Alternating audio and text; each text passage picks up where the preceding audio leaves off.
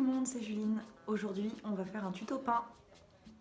Donc, à la base, j'avais trouvé une recette avec de la farine complète ou de la farine blanche, sauf que dans les magasins, il y a très peu de farine. Moi, j'ai aussi un tout petit four qui marche pas très bien, qui fait beaucoup de bruit. Donc en fait, je vais essayer de réaliser un pain avec vous, avec de la farine complète et également avec un reste de farine de sarrasin. Je vais couper parce que j'en ai pas assez en fait. Donc voilà, on va essayer de faire ça ensemble. Je fais pas non plus de plat en fonte. Et à la base, dans la recette, il faut faire du pain dans un plat en fonte. Moi, j'ai 2 moules à gâteau comme ça que je vais superposer pour que le pain il puisse cuire tranquillement à l'intérieur. En fait, mon plat en fonte, il rentrait juste pas dans mon four, c'est impossible. Voilà. Mais c'est pas grave, on fait avec les moyens du bord. Donc pour la recette, il nous faudra en tout 500 g de farine, 8 g de levure boulangère, qui correspond à peu près à un sachet. Il nous faudra aussi 450 ml d'eau chaude, une cuillère à soupe de sel et une cuillère à café de sucre.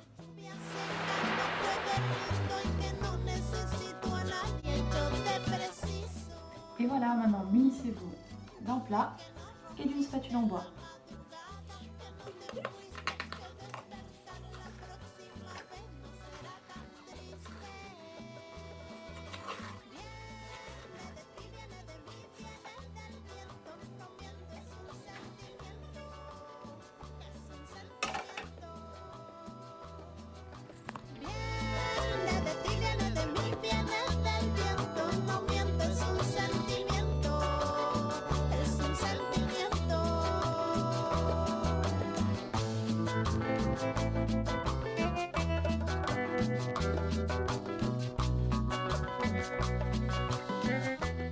Voilà, pour peser la levure, il faut une balance peut-être un peu plus précise si vous en avez une. Si vous n'avez pas de balance de précision, vous pouvez mettre 2 cuillères à café, pas trop remplie, de levure instantanée.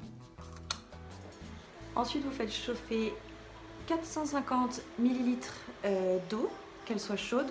Si vous n'avez rien pour mesurer 450 ml, sachez que ça fait 450 g sur la balance.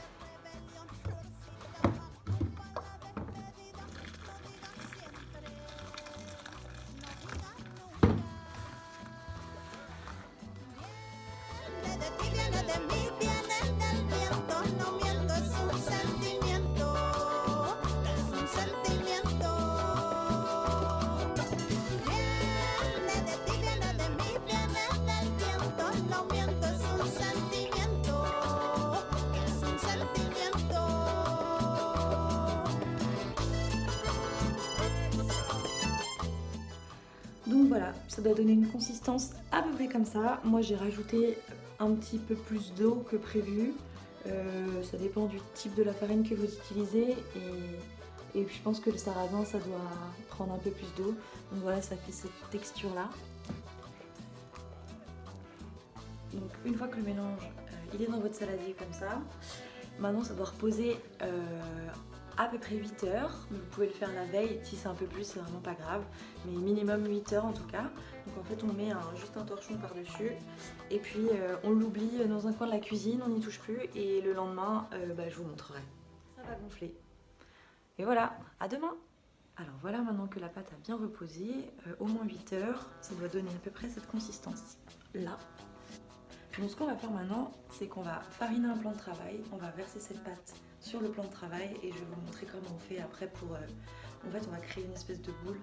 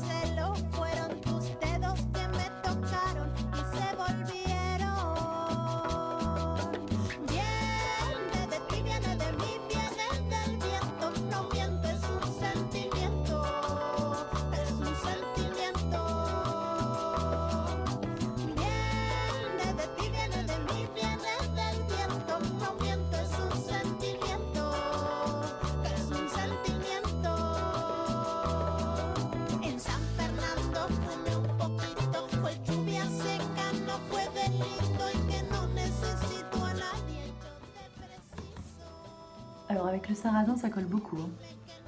C'était peut-être pas une bonne idée.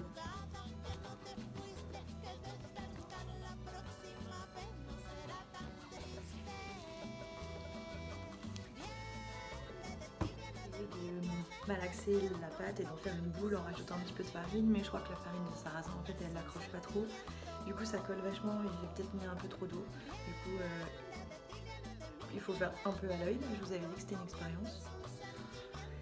Donc ensuite dès que vous essayez de former une boule et vous la mettez dans un torchon fariné ou avec un petit papier film en dessous, et puis vous refermez et puis on va laisser encore reposer pendant environ 2 heures. Et voilà, à tout à l'heure. Alors, quand ça fait à peu près 2 heures et que la pâte a bien levé, vous pouvez commencer à préchauffer le four. Donc moi j'ai un tout petit four comme ça, il est vraiment pas terrible. Mais voilà, à 240. Et puis, ce qu'on va faire, c'est qu'on va, pendant 15 minutes, on va préchauffer le plat pour qu'il soit bien chaud. On n'a pas encore mis le pain dedans, on le mettra après. Préchauffer avec le plat à l'intérieur pendant 15 minutes.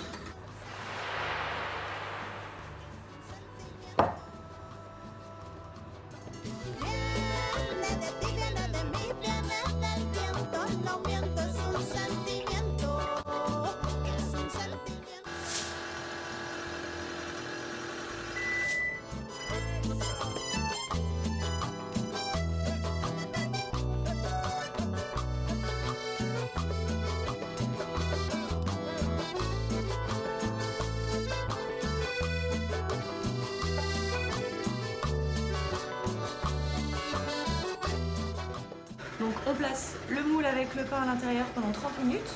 Ensuite on enlèvera le couvercle et on le laissera encore 15 minutes pour que ce soit bien doré, croustillant au-dessus. Voilà.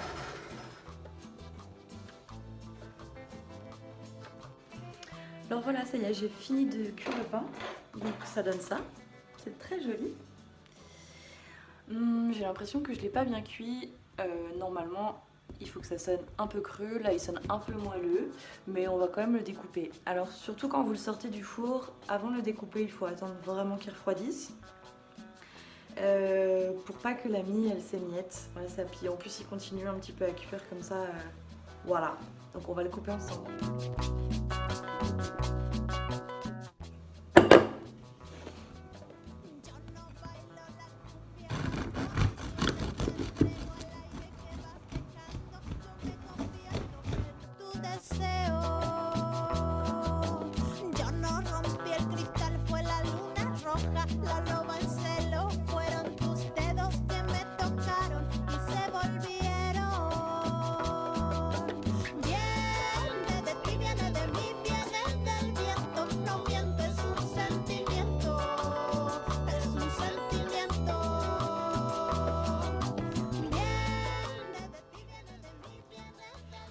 On va les faire goûter à mes colocs.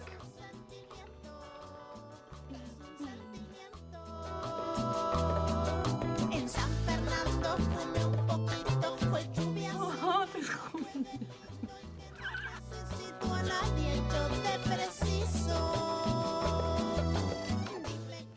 Donc voilà, le pain est plutôt réussi. Si c'était à refaire, j'aurais peut-être mis plus de la farine blanche, mais ça j'en avais pas. Peut-être plus de farine complète, moins de sarrasin et un tout petit peu moins de levure, peut-être une demi-cuillère en moins parce que je trouve qu'on le sent un petit peu, mais en tout cas mes colocs ont l'air d'avoir apprécié.